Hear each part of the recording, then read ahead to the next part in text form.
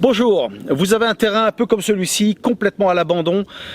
Il faut le nettoyer, mais vous ne savez pas quels outils utiliser et par où commencer.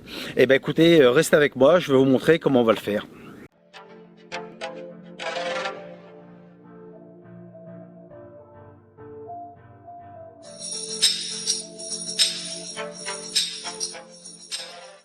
Bien sûr, l'idée c'est que votre terrain, une fois nettoyé, ressemble à ceci. Donc, écoutez, ce qu'on va faire, je vais d'abord vous montrer les outils qu'on va utiliser, les outils indispensables, et ensuite je vous montrerai comment on attaque le terrain pour que ce soit bien plus facile. Ceci va être les deux outils que l'on va avoir besoin, une tronçonneuse et une débroussailleuse. Maintenant, je vais vous montrer d'un petit peu plus près les qualités qu'on va rechercher dans ces machines. Alors parlons en premier de la tronçonneuse. Alors déjà pour commencer, je vais vraiment vous recommander d'acheter quelque chose de marque reconnue comme Stihl ou Husqvarna. Pourquoi l'une de ces marques-là? Eh bien c'est parce qu'elles sont tout simplement réputées dans le monde entier. C'est des machines qui ne cassent pas facilement, qui ne donnent pas de problème en général. Moi par exemple j'ai cette tronçonneuse depuis environ 7 ans, elle ne m'a jamais donné de problème, donc ça vaut le coup d'investir. Alors c'est sûr, c'est de l'argent, mais quand on doit faire des travaux comme ça, c'est quand même mieux, parce que sinon, si vous achetez une petite bécane dans un magasin, ça va vous durer 2 semaines et après ça casse. Voilà, donc je vous recommanderais aussi de changer la chaîne, et de mettre une chaîne en diamant comme j'ai ici. Alors pourquoi? Parce que d'une, on n'a pas besoin de la filer, elle reste toujours affilée, et de deux, vous allez économiser en carburant et en temps aussi de coupe, ça coupe comme dans du beurre. Voilà. Si vous voulez savoir plus sur cette chaîne là, je vous ai fait une vidéo avant, regardez sur ma chaîne. Voilà. Alors le modèle que j'ai ici, moi personnellement j'aime bien. Pourquoi? Parce que il est pas trop petit, il est pas trop grand, donc c'est bien. Quand on doit travailler toute la journée avec ça, ça va. On se fatigue pas trop, donc ça c'est pas mal. Voilà. Donc écoutez, maintenant on va parler de la débroussailleuse. Maintenant pour la débroussailleuse, alors même chose, je vais vraiment vous recommander d'aller pour une bonne marque, que ce soit pour Stihl ou Husqvarna, même chose. Alors celle-ci est une Stihl, mais par contre elle n'est pas du tout adaptée pour ce genre de travail. Alors je vais vous expliquer pourquoi. Alors, tout simplement parce que déjà d'une, elle n'a pas assez de force. Aussi, quand on voit le tube ici, il est très fin. La tête n'est pas très grosse non plus. Donc en fait, pour des terrains comme ça, ça le fait pas. Voilà. En plus, quand on a ce genre de choses ici, donc au fil, faut carrément oublier, c'est pas possible. Alors, je sais que on peut aussi monter sur cette machine-là ce genre de couteau, mais même chose, ça n'est pas adapté. Cette machine-là n'a vraiment pas assez de force. Il faut vraiment, je vous recommanderais de taper dans des modèles vraiment professionnels, des gros modèles de chez Stihl ou Husqvarna, parce que c'est le jour et la nuit, ça n'a rien à voir. Et puis, ce genre de lame, ne les utilisez pas non plus, parce que ça, qu'est-ce que ça fait? Ça coupe tout simplement et ça vous laisse tout par terre. Donc, ça n'est pas l'intérêt. Alors ce qu'il vous faut en fait, comme je vous dis, ce sont des grosses machines et il vous faut ce genre de lame.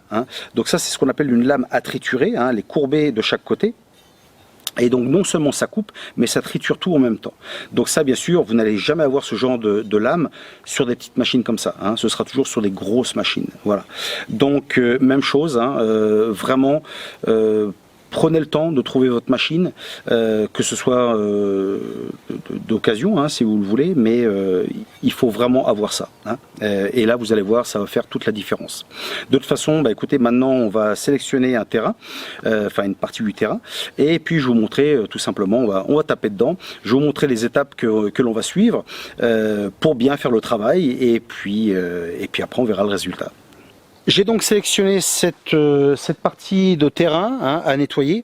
Alors pourquoi? Parce qu'on a un peu de tout. On a des pins, on a d'ailleurs plusieurs variétés de pins. Il y en a d'autres types. On a un olivier qui se trouve ici. Voilà, on a des tas d'herbes, etc. Voilà, donc on a un peu de tout. Et donc, bah voilà, je vais nettoyer tout ça et après ça va être nickel. Alors, j'ai vu dans certaines vidéos des gens qui, pour commencer à nettoyer, commencent avec la tronçonneuse. Moi personnellement, je ne le fais pas pour plusieurs raisons. Hein, c'est parce que là, par exemple, on voit c'est quand même dans un état lamentable. Et en fait, si je devais, par exemple, couper un peu l'olivier qui est là, et ben en fait, j'ai plein d'herbes, j'ai plein de trucs autour qui vont me gêner. Voilà. Donc moi personnellement, je n'aime pas ça. Donc je préfère venir débroussailler d'abord, hein, d'avoir un sol bien, bien dégager les arbres. Et une fois que les arbres sont dégagés, là oui, je peux venir avec la tronçonneuse et couper les branches au nécessaire, ou sinon même couper l'arbre complètement. Voilà. Donc bah écoutez, voilà. Donc je vais commencer avec la débroussailleuse, et puis ensuite une fois que c'est fait, bah on va attaquer avec la tronçonneuse. Ok. Donc vous allez voir en fait l'importance d'avoir une bonne machine pour taper là-dedans, hein, parce que c'est là que vous allez voir qu'une petite machine ne le fera pas du tout. Hein. Bon ben voilà, on va attaquer, hein, donc bien sûr, on n'oublie pas, hein, casque, gants, pantalons de sécurité, bottes de sécurité, etc. Je vous en avais déjà parlé dans une vidéo antérieure, hein, c'est très important parce que ces machines-là sont très puissantes, les choses volent de tous les côtés. J'ai d'ailleurs même peur pour la caméra. Mais bon, on verra bien, avec un peu de chance, tout va bien sortir. Ok. Et bien sûr, quand vous manipulez ce genre de machine-là, vous êtes toujours en train de travailler le dos à d'autres personnes. Hein. Vous ne travaillez jamais en face de personnes parce que bien sûr, les projectiles partent et vous pouvez sérieusement faire mal à la personne, hein, qui est avec vous. Voilà, allez, on y va.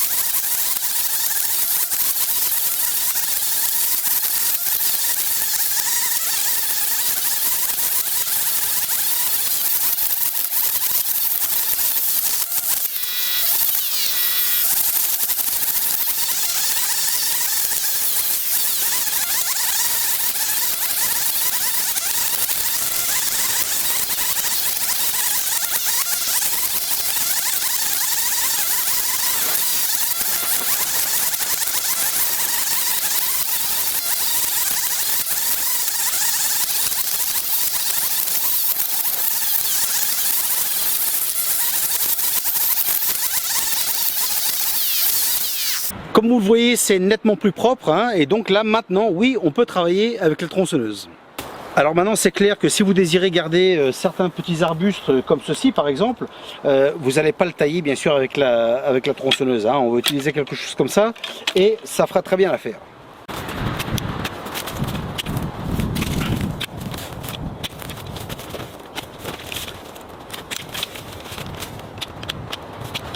On va donc maintenant utiliser la tronçonneuse, et comme je vous ai dit, j'aimerais bien garder cet olivier qui est là, et bien sûr les arbres autour sont trop proches, hein. Donc je vais les couper. Alors ça c'est facile, hein, on les coupe à la base, un petit peu au-dessus de la terre, et c'est terminé. Je dis ça parce que j'ai vu des personnes qui utilisent une tronçonneuse tellement près du sol qu'ils l'utilisent également pour labourer la terre. Voilà, ce qui bien sûr va vous endommager la chaîne, hein, ok. Donc je vais couper ça, et puis ensuite je vais vous montrer comment on va couper le pin à côté.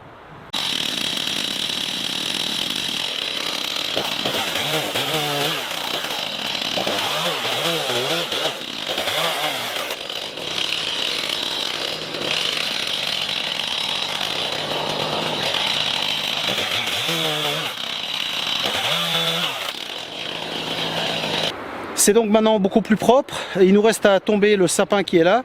Donc si vous n'avez jamais fait tomber d'arbres, attention, hein, spécialement s'ils sont parfaitement droits, parce que il faut faire attention de ce qu'il y a autour, et aussi bien sûr du vent, hein, ce qui pourrait faire tomber l'arbre du sens inverse que l'on veut. Voilà. Alors ici par contre, comme on voit, il est déjà incliné, hein, donc je vais utiliser cette inclinaison pour le faire tomber par là tout simplement. Alors pour le faire tomber, je vais faire un coin, hein, donc je vais le couper un petit peu, et ensuite où j'aurai coupé, je vais tailler légèrement au-dessus, et normalement il devrait tomber parfaitement.